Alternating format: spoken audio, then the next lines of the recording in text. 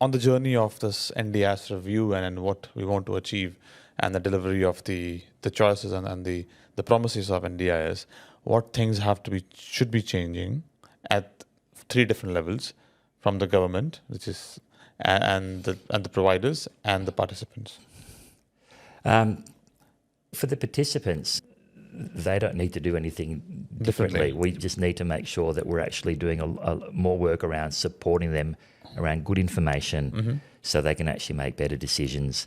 I think the review's really spot on in terms of making sure that we keep our focus on them being at the centre of the discussion, not to be talked about, but to actually drive the discussion and drive direction. And they've been pretty clear about the kinds of things that they're looking for. They want good information, they want good quality services, they want choice. We just need to do a better job collectively at doing that. For providers, I think that there's still a journey there around the drive for efficiency. Like, I think there is more efficiency to be found, which means taking money that's being spent on the back office and moving that to service delivery.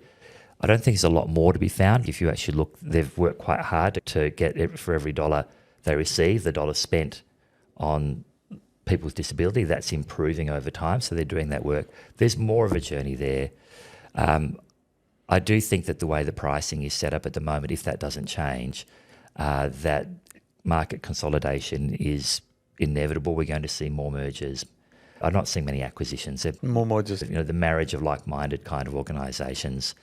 It's hard to see that not continuing because so many organisations have been in the red for too long. That's at the provider level. And I think for government, in terms of the market, and I'll just talk about the market rather than the many things that kind of go with the scheme, I do think that they will really need to pay close attention to the likely findings and recommendations from the NDIS review. I think that if we aren't beginning to explore differential pricing that recognises there are genuine differences either due to participants or due to location or due to service type, I think that you'll start seeing, that people will start moving away from particular service areas because it's just not working. And I think also that move away from a pure fee-for-service model where it's just you just get paid to do a thing to actually some incentivisation for doing the right thing. And that means payments that might be blended payments that recognise quality and the effort that organisations are putting into providing a high-quality service. And over time, that move towards payments that include some payment for outcomes.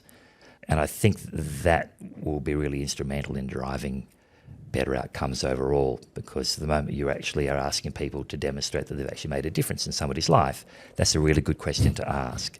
And asking them to provide evidence to support it before you pay them incentivises organisations being more innovative, much more effective, much leaner in how they do things, and that will lead to better outcomes for participants as well, which kind of brings us back full circle to, what about participants? Yeah. Lovely. Thank you, Michael. Thanks for sharing your views. Yeah, thanks. It's been great to talk to you, Dev. Lovely.